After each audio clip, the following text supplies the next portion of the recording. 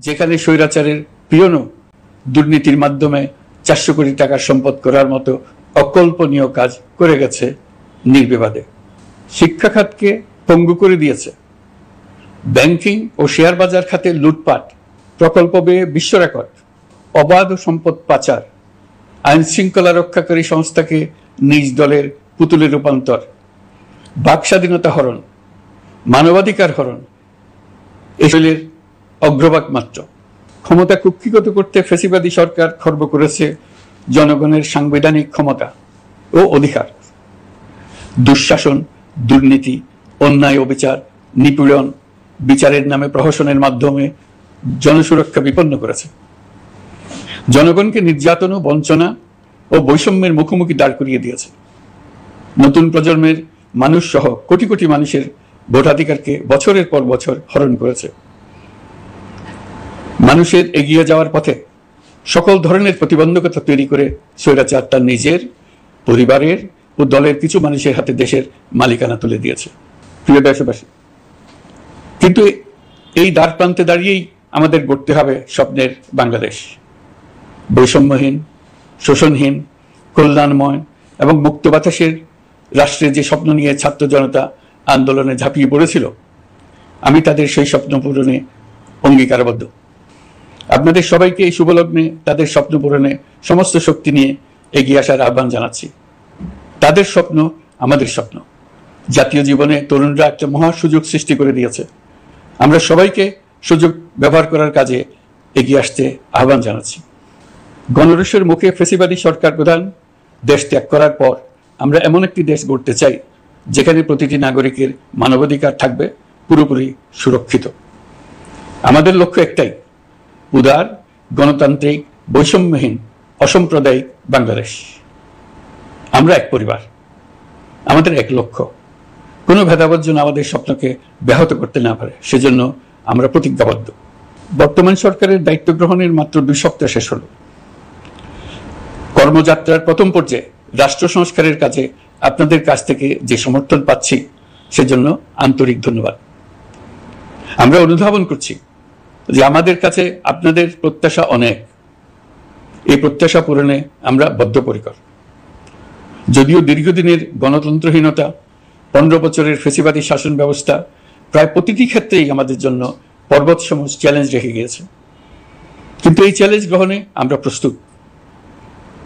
আজ আমি সরকারের পক্ষ থেকে আপনাদের দোয়া ও সহযোগিতা কামনা করতে আপনাদের সামনে এসেছি। শুধু আমি বলবো, আপনাদের একটু ধৈর্য ধরতে হবে।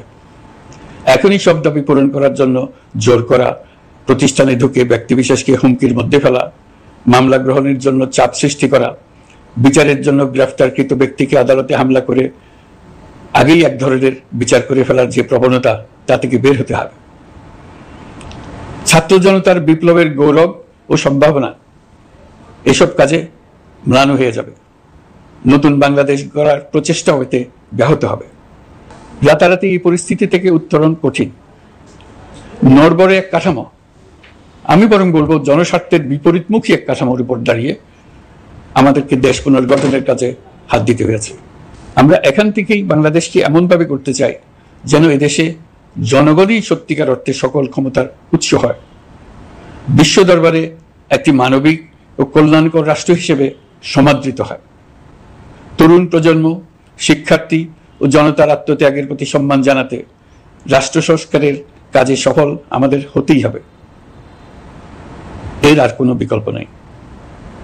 প্রিয় দেশবাসী, আপনারা ইতিমধ্যে জেনেছেন জুলাই আগস্ট মাসে গণ অভ্যুত্থানে বল প্রয়োগ ও হতাহতের যে দুঃসহ ঘটনা ঘটানো হয়েছে, তার স্বচ্ছ তদন্ত করতে জাতিসংঘের মানবাধিকার কমিশনের প্রধানকে বাংলাদেশে এসে তাদের তদন্ত শুরু করতে আমরা আমন্ত্রণ জানিয়েছি। তদন্তের এই প্রক্রিয়া এই সপ্তাহে শুরু হবে। তাদের প্রথম দল ইতিমধ্যে এসে গেছে। আমরা ইতিমধ্যে ছাত্র জনতার বিপ্লবকে নস্যাৎ করতে যে শত শত মিথ্যা ও হয়রানিমূলক মামলা দায়ের করা হয়েছিল, তার অধিকাংশ প্রত্যাহার করেছি এবং আটক ছাত্র জনতার মুক্তি লাভের ব্যবস্থা করেছে।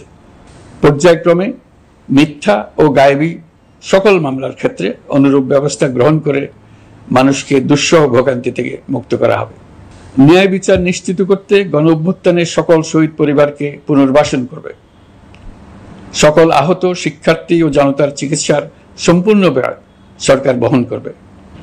সেই লক্ষ্যে স্বাস্থ্য মন্ত্রণালয়ের নেতৃত্বে উপদেষ্টা পরিষদে বৈষম্য বিরোধী ছাত্র আন্দোলনের প্রতিনিধিত্বকারী 2 জন উপদেষ্টার সহায়তায় একটা পূর্ণাঙ্গ তালিকা প্রস্তুত করা হচ্ছে।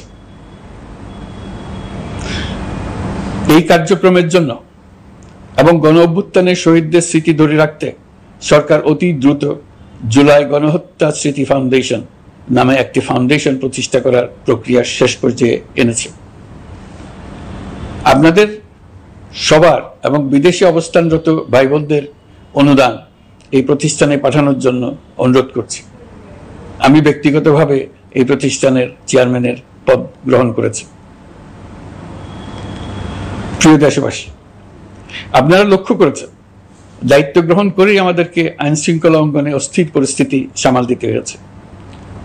আপনাদের সহযোগিতা ও সমর্থনে দেশপ্রেমিক সকল আইন শৃঙ্খলা রক্ষাকারী বাহিনী কাজে যোগ দিয়েছে। ফ্যাসিবাদী সরকার প্রশাসনের চরম দলীয়করণ করার ফলে বিপুল সংখ্যক কর্মকর্তা কর্মচারী দীর্ঘদিন বৈষম্যের শিকার হয়েছেন। আমরা ইতিমধ্যে সংশোধনমূলক ব্যবস্থা গ্রহণ করতে আরম্ভ করেছি। তবে প্রশাসনকে গতিশীল রাখতে এবং একই সাথে সুনির্দিষ্ট পদ্ধতি অনুসরণ করে সঠিক সিদ্ধান্তে উপনীত হতে সময় প্রয়োজন। সেজন্য সকলকে ধৈর্য ধরার অনুরোধ।